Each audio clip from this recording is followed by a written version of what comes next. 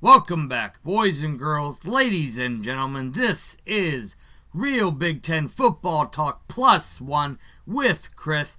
I am Chris. Welcome to Week 9 of the 2018 college football season. And without further ado, let's get started with this matchup, shall we? It is the Purdue Boilermakers at 4-3, 3-1 in the Big Ten play at the Michigan State Spartans at 4-3, 2-2 in the Big Ten. This will be in East Lansing. These two teams don't play each other a horrible amount of times. They have off and on for the last 100 years or so, first game being in 1918. But these two teams don't play each other a whole lot, especially not in really recent history. We'll look at that in a minute. But an interesting matchup from a lot of respects. Now going into it, the storyline, at least in my mind, is Purdue, big confidence-building win last week against number two ranked Ohio State Buckeyes, and Michigan State, to be blunt, a demoralizing loss at the hands of their hated rival, the Michigan Wolverines, in East Lansing. Michigan State had a lot of opportunities to win that game, but they blew a lot of chances. Michigan took advantage of it, and that's why they did lose 21-7. But they played well against a very strong opponent in Michigan. Purdue, a very good game, a very good showing of force against I thought on paper, a much stronger Ohio State team. I did pick Purdue to win last week, as I said, but did not expect it to be a blowout. I expected it to be a close, well-contested game, and it wasn't. But it wasn't what you would think. It wasn't Ohio State blowing out Purdue. It was Purdue blowing out Ohio State. Unranked 3-3 Purdue beat an undefeated Ohio State team. An undefeated Ohio State team that I said had problems, but Purdue did still beat them. Michigan State, I really didn't give much of a chance against Michigan. At least mentally I didn't think so. They made a pretty good game out of it, but a lot can be said about a confidence-building win. It can really turn the tide of a season. And something I didn't know about Purdue, and I apologize, Purdue fans, I didn't know this, but last week I learned that Purdue is playing for someone special. A student by the name of Tyler who has terminal cancer. That can be another. Honestly, Purdue can use that to give them an extra spark. Not to say they're using him, but they're playing for him. When you're playing for something bigger than yourself, you're playing for something bigger than just your team. You're playing for someone who you're trying to give someone that's struggling, that's dying, hope. That's an important thing to look at. And with that being said, if Purdue can stay focused on that, and they have a very good coach in Jeff Fromm, who I think will definitely keep them focused on that, they've got something special the rest of the year riding. And it showed against Ohio State, and it could show this week against Michigan State. I won't say that right now. But let's look at the tail of the tape and see how these two teams match up first before we go any further. Schedule-wise, both teams have had bad losses. Purdue at the hands of Eastern Michigan, which was a very head-scratcher of a loss to me. They lost to Northwestern, a close, well-contested, tough defeat in West Lafayette against a very good Northwestern team, to be blunt. Both of those teams, I thought, were special when I watched that game. And I thought both teams would do decent this year, and they have so far. But that loss to Eastern Michigan, I just don't understand how that could happen. Because Eastern Michigan is not a good team this year. Not as good as they were last year. And they play in a comparatively pretty weak conference by and large in the MAC. There are some good teams in the MAC, don't get me wrong. You have Buffalo, which is 6-1 right now. Eastern Michigan is not 6-1. I do believe they're 2-5 or something like that, or 3-4. They're not a good team and not a good conference. Why Purdue lost them, I don't understand. Michigan State, same way. They beat Central Michigan, but it wasn't an impressive victory. Central Michigan's 1-6 right now. You know who they beat? Maine. You know what conference Maine plays in? I don't know either, because they play in the FCS. Those Grizzly fans out there, I believe their mascot is the Grizzlies. I apologize, I don't know what conference you guys play in. I want to say the Colonial Patriot League, something like that. But either way, Central Michigan's beaten one opponent this year, an FCS opponent. Michigan State did not look impressive in that victory. Purdue, that Missouri loss wasn't bad, and Missouri's not a bad team in the SEC. So you did play tough opponents outside your conference. But after that Missouri loss, is like Purdue found some spark, and it might have been Tyler, and they've been rolling ever since. Crushed ranked at the time Boston College team 30-13. Didn't do as well the next week in Lincoln, but Nebraska isn't a bad offensive team. They just can't stop anybody on defense, which is why I don't have that as a red loss or a red win.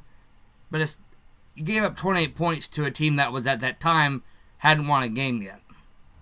I can't give you a green win for that, even though, like I said, Nebraska has a pretty good offense. They just don't have a good defense. And then in Champaign, knocked this doors off of that Illinois team, 46-7. And then last weekend, knocked the doors off of Ohio State's little barn, 49-20. Michigan State, that Utah State win actually looks pretty good, considering the Aggies are 6-1 right now. So I have to give that as a green victory, even though you wouldn't think so. I'm sure a lot of my listeners out there are not big Mountain West fans. Probably didn't know it, but Utah State was 6-1 right now. One loss coming to the Spartans team. That's why I give that a green win. Arizona State, not a bad loss. They're not a bad team. They're a well-coached team. They've had a tough schedule, but they are 3-4. But it is a Pac-12 team, so I have to give Michigan State some credit for that. And it was a good game. I watched that game. I had to stay up late to watch it. It was a very impressive game, but Michigan State did lose. And then the next week, they went to Bloomington and beat a pretty good Indiana team pretty well. The next week, Central Michigan? Again, head scratcher. They only beat them by 11. Northwestern, not a bad loss, because Northwestern is not a bad team, but Michigan State didn't look great in that loss. But then the next week, they came out and beat a very talented, reeling still, but talented Penn State team in Happy Valley. That same Penn State team that barely lost to Ohio State by 1 the week before that. And then this past week, again, lost to Michigan 21-7.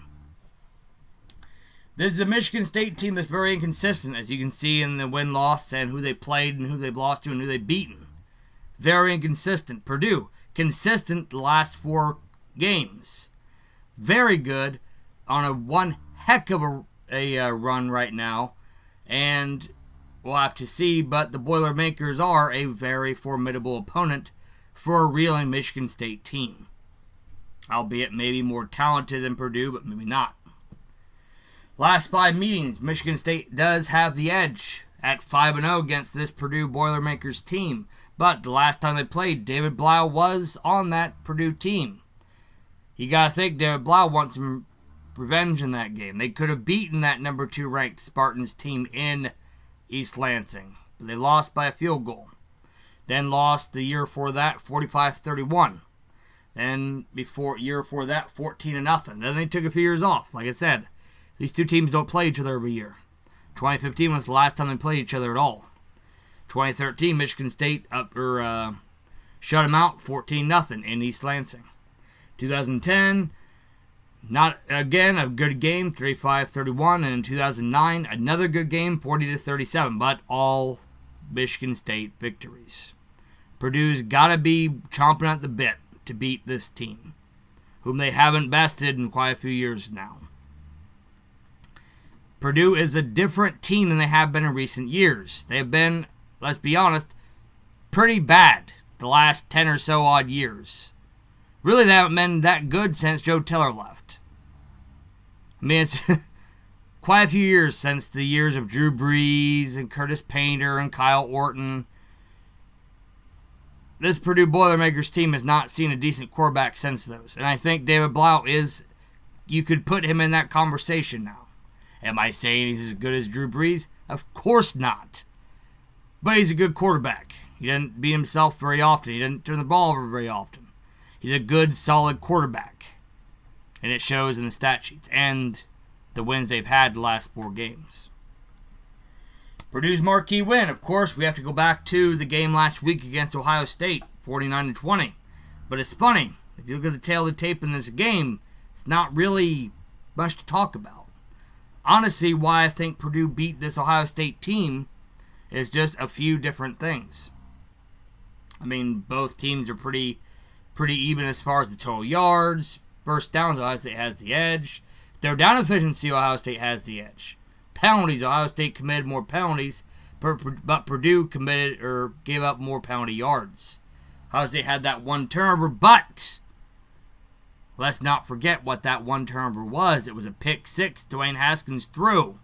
And that really turned the tide for the Purdue Boilermakers. And that really, you could just almost feel the life leave that Ohio State team, and they just looked dead the rest of the game after that. And Purdue, what they did also to Ohio State, they forced Ohio State to be one-dimensional. Look at that attempt for Dwayne Haskins. He threw the ball 73 times. There's some Major League pitchers who don't throw 73 pitches in a game anymore. The kid threw the ball 73 times. That's not good. If Ohio State would have won that game, we would have said that was a bad win. To have to throw the ball that many times, you're in trouble, unless you're an air raid offense. Ohio State's not an air raid offense. Dwayne Haskins is just that good, but he's it. And he can't be your whole offense. You need some balance. And Purdue forced Ohio State into not being balanced. And I think that did add to the fact that they won the game. That and they won the turnover margin. Had less penalties. And they forced Ohio State into being one-dimensional. That's just it. Ohio State moved the ball. They got some yards. In fact, they have a slight edge over total yards, but Ohio State couldn't capitalize when it counted. They couldn't get touchdowns inside the 20. And they had that pick 6. And they weren't balanced. 76 rushing yards for Ohio State. Purdue looked pretty good on offense. 161 rushing yards, 378 passing yards. Again, like I said, David Blau, a good quarterback. 3 touchdowns, no picks thrown. That's impressive. I don't care who you're playing within your conference. And he did that against the number 2 ranked team in the country. Pretty daggone good for David Blau. Looking at Michigan State's marquee win, that of course was 2 weeks ago against Penn State in Happy Valley. Michigan State did a few things right. For one thing, they forced Penn State into only getting 14 first downs. Both teams looked horrible on third down. But Michigan State did get 25 first downs regardless. Total yards, pretty even. Michigan State had the slight edge, 418 to 397. What I looked at as a warning sign for Michigan State, though, is the lack of accuracy by Brian Lewerke. 25 of 53 passing. That's not good when you're under 50% passing completion percentage and you're more of a passing team anyway. You got to clean that up. And the 2 touchdowns, 1 interception. That's also not great. But only 3 penalties. That's good for Michigan State. That's what you need to do when you're playing against a tougher opponent. You can't beat yourselves. And Michigan State, did a good job of not beating themselves. They also held the ball a lot longer than Penn State. And Penn State is a more rushing team. That's impressive to hold a predominantly rushing team to only having the ball for 25 minutes and 48 seconds. To Michigan State's, of course, 34 minutes and 12 seconds. It was an impressive victory for Michigan State. Penn State could have won that game. In fact, the stats tell you that they had every chance to win. But they just allowed Michigan State to stay in it late in the fourth quarter. Michigan State made them pay for it. Got that clutch touchdown, that clutch field goal at the end. And beat a very good but reeling Penn State team. Now if we look at the rushing splits for both teams, Purdue is a pretty good rushing attack. Not bad at 176.7 yards per game on average. That's 64th nationally. Michigan State, atrocious running the football, 107.1 79.6 yards per game on average, as 121st in the country. That's just plain atrocious. And total rushing yards allowed for Purdue, not great, but not horrible. 136.7 yards per game allowed. That is 41st nationally. But that is where Michigan State excels in. Is they have only given up 79.6 yards per game. That's second nationally. They played two good running teams back-to-back in Michigan and Penn State. That's very impressive to only allow on average 79.6 yards per game. Michigan State has a good running defense, but we'll soon see they do not have a good passing defense. Purdue, excellent completion percentage at 65.2%. Completion percentage rank, that is 27th nationally. Passing per game, Purdue is again excellent at 337.6 yards per game on average through the air. That is 6th nationally. What Purdue does struggle in is sacks allowed. They have allowed David Blau to be knocked on his rear end 14 times this year. That is 56th nationally. But both teams, as I said, struggle, and that is I use that term loosely, struggle in the passing allowed per game. They're actually quite horrible. Purdue has given up on average 296.4 yards per game on average through the air. That is 126th nationally. Michigan State, all right on your side as far as passing goes. You are not a very good passing team at all. You're not a great offense in general, Michigan State. Sorry to break the news to you. 56.3% per game on average, your completion percentage. That is 95th nationally. Again, like I said, Brian Lewerke, he struggles with accuracy. That's difficult in a team in a conference like the Big Ten. 244 yards to the air on average. That is 54th nationally. Probably should have made that yellow. It's not as horrible as red, but it's not great. But when you're playing against a good passing offense in Purdue, I made it red to contrast it. Sacks allowed. You're letting Brian Lewerke get knocked on his rear 19 times this year, Michigan State. That's 94th nationally. Passing splits in general, Michigan State, you're horrible. Purdue, you're efficient, but you could be better, especially in sacks allowed. Passing yards allowed, both teams are horrible. This could be a shootout through the air. Offensive efficiency, not horrible for Purdue. Michigan State, not great. Both teams are starting their own 30 on average. They both hold onto the ball for on average 32 minutes per game. Third down efficiency is where these two teams start to separate themselves. Purdue at 48.8% per game. Third down efficiency, that is quite good at 25th ranked nationally. Both teams do struggle at times turning the ball over. Purdue has given up 9 turnovers so far this year. Their red zone touchdown percentage is very alerting to me for Purdue. Red zone scoring percentage is very good, but you're only getting 58.8% of the time you're scoring touchdowns inside the 20. You need to clean that up, Purdue, since you are playing against Michigan State in East Lansing. Crowd noise does play a factor, especially when you're going against the teeth of that fan base, against the student section when you're inside the 20. So it does make it difficult. But you know how you quiet that fan base down, don't you? You score touchdowns inside the 20. Don't just sell for field goals and give that Michigan State defense a confidence boost. Score those touchdowns, take those fans out early, and keep them quiet by scoring touchdowns inside the 20. Purdue. But like I said, 91.2% red zone scoring percentage, that's quite good at 22nd nationally. But like I said, you sell for field goals too often. And that has contributed to some of your losses this year, as the games I've seen you play in. Average penalties committed per game, both teams do struggle in this respect. You've both done well in recent weeks, but Purdue, you are committing on average 6.7 penalties per game, with 69.29 penalty yards per game. That is a staggering number considering that there are 69 yards you can't use on either defense or offense. You're just giving them away to the other team. You can't do that and expect to keep winning. Michigan State, you're committing on average 6.1 penalties per game for 54.29 penalty yards per game. Again, 54 yards you could use. Believe me, you could use them. 1 yard given up, you can use it. Turnovers lost for Michigan State. You have given up 11 turnovers this year so far.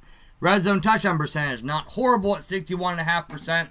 Not great either. Could always be better. My opinion, you should really strive for at least 65% or higher touchdown red zone percentage. That's my opinion. Red zone scoring percentage, not bad. 88.5%. That's 31st nationally. Both teams do a pretty good job of scoring inside the 20. But both teams do also settle for field goals too often. Looking forward at the total defensive splits, neither team is excellent on defense. Both, in fact, you could say they're both pretty mediocre defensively.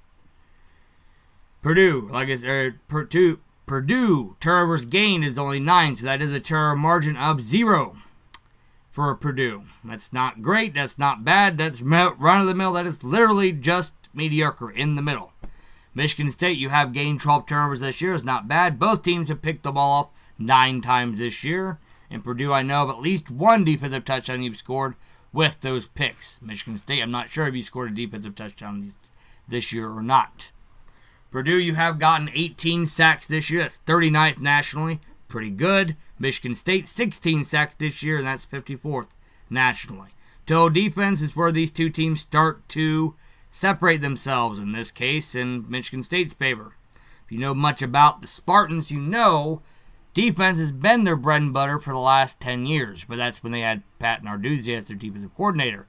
He is coaching at Pittsburgh and has been the last few years. And if you looked at Michigan State's defense those last 3 years that he hasn't been there, they have begun to decline. This year, total defense is 355.3 yards given up per game. That's 43rd nationally. To teams that aren't Michigan State, that's not bad. But you're Michigan State. You need to do better. For Purdue, horrible total defense at 433.1 yards given up per game. That is 103rd nationally. That is something you need to improve on later on in the year, or you will lose more games than you win. Purdue, you will not make a bowl game if you consider giving up that many yards on defense. Net punting, both teams are not great, not awful, but I do have Michigan State as in the red because that is 74th ranked nationally. Purdue, you're on average getting 39.87 yards of net punting. That's not bad, depending on what point of the field you're at when you're kicking those balls. You can pin your opponents deep that way and do pretty well. Michigan State, again, 37.35 yards. I know it's 2 yards before you start saying, oh, Chris, it's only 2 yards. Well, 2 yards can be important. 2 yards can be the difference between your opponent starting inside their own 20 or outside of it. And that can be that can help the offense throughout the drive if you are receiving that ball and get it outside of your own 20. That can help you. It's weird, it's only 2 yards, but 2 yards can matter. 1 yard can matter. If you're on the 1 or if you're in the end zone. If you're on the 1 on 4th down, you're going for 3 instead of trying to go for, lost my train of thought. If you're on 4th down on the 1 yard line, you're either going to have to go for a field goal or risk it and go for a touchdown. 1 yard can matter. 2 yards definitely matters. 2 yards can change a coach's mind versus going for it on 4th down or punting. 4th and 2 versus 4th and 1 is quite different. So those 2 yards can matter in field position games, especially in a closely matched matchup such as this one is. Turnover margin, Michigan State +1. I always give kudos to a team that is more over 0 in the turnover margin department. That is 56th nationally for Michigan State. Purdue at 0, that is 66th nationally. Not bad. Not great. Literally, you're at 0, so you're in the middle. Neat little tidbits. These teams have played each other for the first time in 1918, like I already said earlier. Purdue did win that matchup in Lansing, 14-6. Michigan State does hold a slight edge in this series. In fact, this is the most evenly matched series all time that I've done since doing this show. Michigan State does have a 35, 28, and 3 advantage over Purdue all time. Michigan State has owned the last 5 matchups, as we saw, but have only won by more than 4 twice.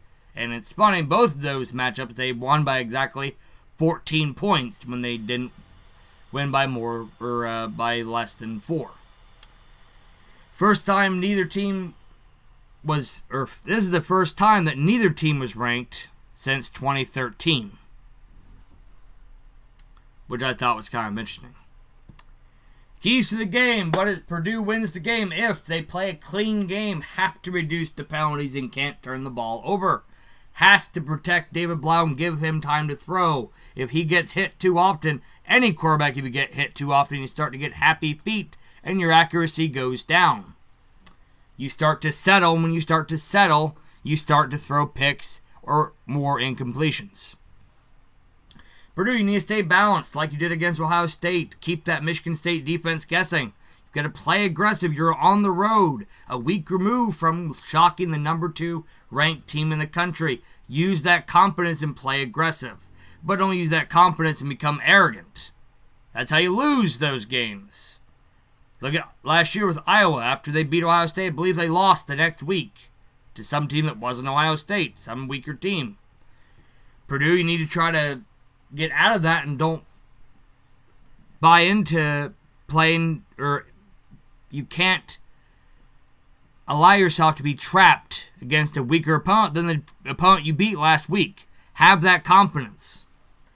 Like I said, you're playing a comparatively weak offense. Take advantage of that on defense. But unfortunately, Purdue, as we saw, you don't have a great defense. But your defense is solid, and it's tough, and it's scrappy like the rest of your team. And you're playing against a much weaker offense than you did last week. And you shut down that offense, you can shut down this offense as well. You have to force Brian Lewerke into making mistakes and force Michigan State into relying on the running game, which they has not been good to them when they have to do that. Not to mention Brian Lewerke does struggle with accuracy. Now, Michigan State, Sparty faithful, your team wins if also you play a clean game. You are at home, and nothing takes the crowd out of a game quicker than costly, ill-timed penalties or turnovers. Be creative on defense. Try blitzing with a safety or a corner while staying within your area while in zone coverage when you're not blitzing. Don't cover Purdue receivers with man-to-man coverage. Learn from Ohio State's mistakes from that aspect from last week. Did not do well for them, in case you forgot that Purdue won that game 49-20. You cannot expect to beat this Boilermaker team with man-to-man coverage and trying to blitz every other down. You have to play zone and stay disciplined and stay in your area. Don't go after the ball, stay at home, and force Purdue to beat you through the air. You have to protect Brian Lewerke. Don't turn the ball over. And you have to convert on third down. You have not done a very good job of that this year. You need to extend drives through clutch play on third down. You've got to convert on those third downs. Something else I didn't mention. Try to keep it to third and less than 5. That can give you a better shot at converting. If you're consistently getting 3rd and 6, 3rd and 7, or more, you're not going to convert many of those. Again, you don't have a high-powered offense. But you need to use your offense and get 3rd and shorts consistently and give yourself a chance to extend drives. That keeps Purdue's defense on the field. It makes them more tired, and it keeps Purdue's high-powered offense on the sideline. You want to do that when your offense is the weaker of the two teams. Who to pick? It is a tough call, like I said. Purdue has a confidence-building win last week against a very good Ohio State team that they knocked into the ground. But like I said, they're playing a much weaker opponent this week. But they're on the road. Still be a trap game for Purdue. They need to remember what they're playing for, who they're playing for. But they're also playing for a reason as well, not just for Tyler. They want to show the country they're back. They're not as horrible as they have been in recent years. That they can hang with the big boys of the Big Ten. They showed it against Ohio State. They need to show it this week against Michigan State. With that in mind, they are playing East Lansing. Michigan State is definitely down confidence-wise after that gut-wrenching defeat at the hands of Michigan last weekend. So Michigan State's going to be angry. They're going to be pretty daggone infuriated. They want to take it out on the next opponent they play. They know this Purdue team is coming in expecting to win most likely.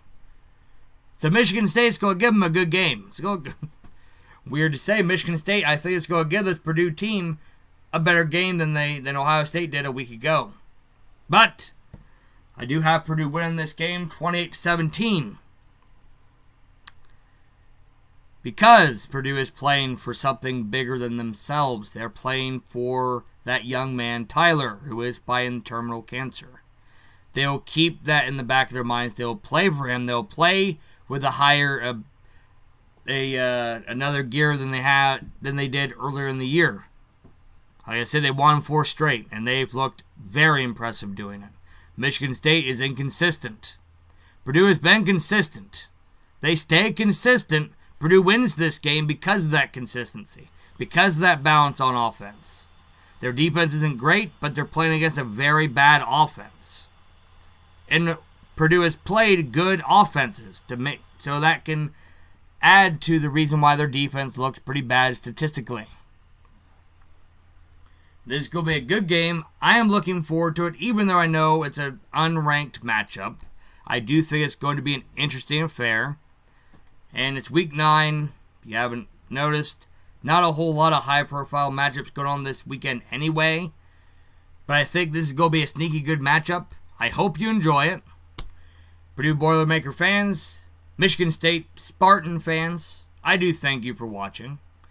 Please like, subscribe, share with your friends if you did like this video or enjoy my content on this channel. Please do hit that dislike if you didn't like something I talked about. If you didn't like this or my pick, if you just don't like my voice, please let me know why in the comments. Maybe I can start talking like this. But seriously, if you didn't like this video, please let me know why in the comments so I can help to improve it and improve your viewing experience. Once again, not just Boilermaker fans and Spartan fans, but everybody who watches my stuff, I do appreciate it. Thank you very much. I love doing this stuff, and I don't do it for the money. I do it because I enjoy it. I'm not making any money on it anyway, so. But I do enjoy it. Thank you once again. I really do appreciate it. Enjoy the games this weekend, guys. And until next time.